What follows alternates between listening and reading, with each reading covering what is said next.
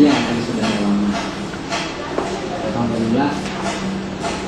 Mari kita mengucapkan rasa hamdalah, kita berdoa dengan segala puji dan karunia beliau lah yang mampu hadir dan hidup dalam keadaan yang begini ada. Bersalawat dan salam kepada bangsa Nabi besar Muhammad SAW, dimana dengan perjuangan beliau, air mata beliau dan segala apa yang dimiliki oleh beliau sehingga kita mampu menjalani hidup dalam keadaan yang penuh dengan hikmah dan dalam penuh pengetahuan yang bisa kita bawa dan bisa mendidik anak bangsa. Mungkin nama saya di awal pertemuan supaya nanti tidak terlalu formal, nama saya Adi Darmawan, tempat tugas saya A2. Nah, berguru dari pengalaman, sebenarnya saya harus berguru kepada bapak dan ibu-ibu yang hadir hari ini. Karena pengangkatan saya menjadi seorang guru, menjadi seorang pendidik itu baru seumur jagung tahun 2003 saya diangkat menjadi guru. Jadi kalau dalam lapangan pengambilan tindakan kelas itu ibu adalah gurunya saya yang perlu belajar banyak bagaimana kondisi di lapangan dan bagaimana cara pencegahannya. Tapi secara teoritis kita ingin melakukan sedikit sharing, berbagi pendapat ya dalam kerangka mencari ilmu. Jadi saya tidak kepingin menjadi sutradara hari ini, dan paling tidak membagi sedikit informasi yang mungkin saja informasi itu sudah ibu ketahui. Nah, mungkin yang pertama ini sudah dapat di tangan bapak dan ibu yang modelnya seperti ini. Sudah. Oke, ini hanya segelas pandang saja. Karena bahan kita, tidak salah ingat saya itu pengembangan bahan aja. Ini sudah dapat ibu ya? Sudah bu ya. Paling belakang dulu, bukannya paling belakang. Jadi mungkin tampilannya agak kecil, nanti bisa dilihat melalui sekolah. Nah di sini kan rumpun bidang studinya kalau SD mungkin ya kalau berbeda ya berbeda sedikit lah, paling berbeda antara guru kelas dengan guru mata pelajaran ya. Lebih dari itu kan tidak. Nah setiap atau sebelum kesini lah saya ingin dulu mengkaji KTSP itu apa. Jangan sampai bayangan KTSP itu menjadi semakin kabur akibat sering sekali gonta-ganti kurikulum kata orang. Tahun 2003 itu ada rencananya kurikulum KBK, terus belum sempat disahkan, tahun 24 luncur ke pasar, kita pakai dengan istilah KBK. Terus Juni 2006 itu ada istilah yang namanya kurikulum tingkat satuan pendidikan. Nah, pertanyaannya saya, beda nggak bu antara KBK dengan KTSP menurut pemahaman ibu selama ini? Beda bu, ya. Bedanya di mana? Bedanya di mana? Kalau ada beda itu kita mesti tahu bedanya itu di mana. Kan begitu. Kalau nggak tahu berarti sama. Yang ibu ketahui kira-kira beda antara KBK tahun 2004 dengan KTSP itu apa? Ya bu, sebelum ini bukan masalah khilafiyah ya, ini sekedar contoh. Saya yakinnya sembahyang tarawih itu 8 rakaat. Itu kan informasi yang sudah saya terima. Saya yakini ketika masuk yang 20 rakaat saya tolak. Akan saya tolak. Sebelum 20 rakaat itu benar-benar kita sharing dengan yang bilang.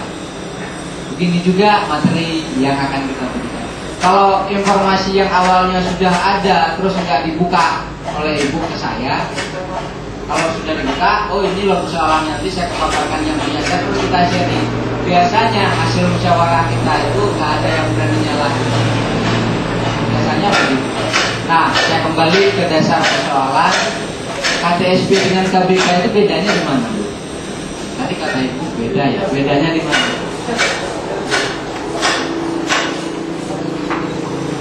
Bedanya kira-kira di mana? Betapa apa bu? Ibu yakin itu beda, benar beda. Bedanya sekarang di mana? Sedangkan kita dia harus memperkelompokkan antara siswa dengan siswa dan siswa dengan bergerak. Kemudian pada KTSP juga guru dengan siswa dia harus sambil sama-sama bergerak. Tapi kalau KBK dia harus siswa banyak bergerak, guru hanya memperhatikan dan memberikan materi yang akan dibahas oleh siswa, kemudian siswa berubah antara kelompok dengan kelompok yang membahas. Dan guru hanya maksudnya guru hanya mengambil kesimpulan di antara kelompok-kelompok, kemudian di mana kelompok yang kurang jelas akan dijelaskan oleh guru. Kalau menurut KTSP, menurut pendapat ya, dan sekarang guru juga harus banyak peran siswa dengan sama. Ya Bu, saya malu dengan beliau. Saya nggak yakin kalau sayanya seumur beliau nanti bisa mengeluarkan pendapat yang begitu indah seperti sekarang. Masalah benar dengan salah kita masih dalam kerangka belajar sampai dengan usia kita habis. Tapi intinya Pak, saya mungkin merasa malu kalau seumur beliau sanggup mengeluarkan pendapat yang begitu indah. Itu dengar tadi ya? Dengar ya? Itu kan kajiannya lebih ke sikap praktek. Itulah yang saya katakan pengalaman yang harus sayanya itu berguru kepada guru-guru yang memang gurunya saya. Kebetulan mungkin tidak mengajar saya, mengajar anak-anak yang seusia saya. Nah, tidak apa-apa yang lainnya ada Bu. Nanti kita lihat apa sih perbedaan yang mendasar ya. Paling tidak itu telah mengungkapkan pendapat yang sangat-sangat bagus. Itu yang Ibu terapkan selama ini di kelas Ibu. Ada yang lain Ibu mungkin? Silakan Bu. Jadi kita lebih banyak sharing sehingga saya tidak menjadi sutradara hari ini. Biarlah kita hari ini menjadi bintang film semua. Biasanya kan kalau bintang film itu kalau kata itu gurunya Bu ya. Terus dia bintang filmnya. Jadi hari ini marilah kita menjadi sutradara di kelas, biarlah yang menjadi bintang filmnya anak-anak. Karena akan lebih terkenal anak-anak ketimbang sutradaranya. Biasanya kan seperti itu misalnya. Nah ada Bu yang lain Bu. Nah kalau nggak ada nggak apa-apa. Biasanya memang waktu siang begini pola pikir kita itu belum masuk semua, masih cabang-cabang. Bagaimana anak saya di rumah ini udah kegiatan itu macam ini. Mungkin sebentar lagi udah fresh. Saya yakin sangat dengan tadi dikatakan oleh Ibu tidak ada salahnya. Mungkin pertanyaan saya yang lebih mendasar adalah ini Bu. Saya kasih nama aja Bu ya.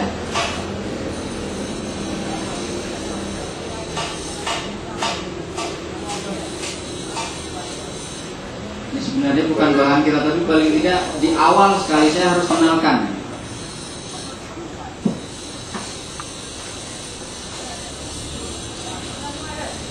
Nah kalau nggak dapat nggak apa-apa, saya kasih gini aja. Kalau KBK kita pisah aja Bu. Ada KBK 2004, ada KTSP 2005. Yang KBK memang pakai sistem KBK, kan begitu. Kalau KTSP juga pakai sistem KBK, artinya nggak ada yang berbeda, sama-sama masih mencapai kompetensi belajar, masih sama-sama nggak ada perbedaan. Terus kalau KBK tahun 2004 itu semua produk dikeluarkan oleh pemerintah. Yang dikeluarkan itu apa? Yang pertama SKL yang ada di tangan itu. Terus dikeluarkan SK, standar kompetensi. Terus dikeluarkan KD. Terus dikeluarkan lagi yang namanya indikator. Kalau yang tahun 2004, sehingga Ibu ketika membuat selaku buat RTP indikatornya sudah ada. Hari ini di tahun 2006 kita kan lebih mengenalkan istilah apa? Istilahnya KTSP. Itu yang dikasih cuma SKL, terus SK, terus KD. Indikatornya Ibu yang buat. Itu perbedaan. Jadi di sananya di 2004 dikasih indikator, di 2006-nya tidak dikasih indikator. Jadi itu merupakan perbedaan. Nah, tugas Bapak Ibunya mungkin bukan hari ini, pertemuan selanjutnya bagaimana cara membuat indikator yang bagus. Karena memang hari ini kita tidak diberikan yang namanya indikator.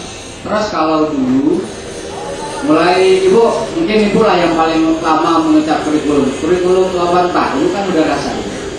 84 atau 86? 84, ya 84. Terus berapa Bu perubahannya?